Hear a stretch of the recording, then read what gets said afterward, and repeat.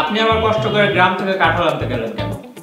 জামাই বাবাজি, গত বছর আমার কাঁঠাল গাছে একটা কাঁঠাল ধরছিল, তোমার আমি কাঁঠাল খাইতে পাই নাই। এইবার গাছে 5টা কাঁঠাল ধরছে, হেলিয়া তোমার লিগে একটা নিয়ে এসেছি। কিন্তু আম্মা আপনি খাচ্ছেন না কেন? খান। না বাবাজি, কাঁঠাল খাইতে খাইতে কাঁঠালের প্রতি ভক্তি মরে গেছে, তুমি খাও। এই চাই না, তুমি খাচ্ছ না যে খাও। না, কাঁঠাল আমার পছন্দ না, আর এই সব কাঁঠাল তুমি একাই খাবে।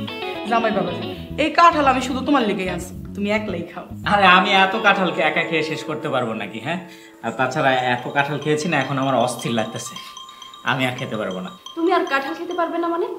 এই সব কাঁঠাল তোমার একাই খেয়ে শেষ করতে হবে। খাও বলছি। আরে তুমি জোর করে এত কাঁঠাল আমাকে খাওয়াতে চাইছো কেন? আমি তো পেট ফেটে মরে যাবো। গত বছর আমাদের বাড়ির কাঁঠাল খাইতে পারো নাই বলে কতই না আফসোস করছি, তাই এইবার তোমাকে আমাদের বাড়ির কাঁঠাল আমি জন্মের খাওয়াবো। আরে হা করো, কি করো? হা করো, খাও।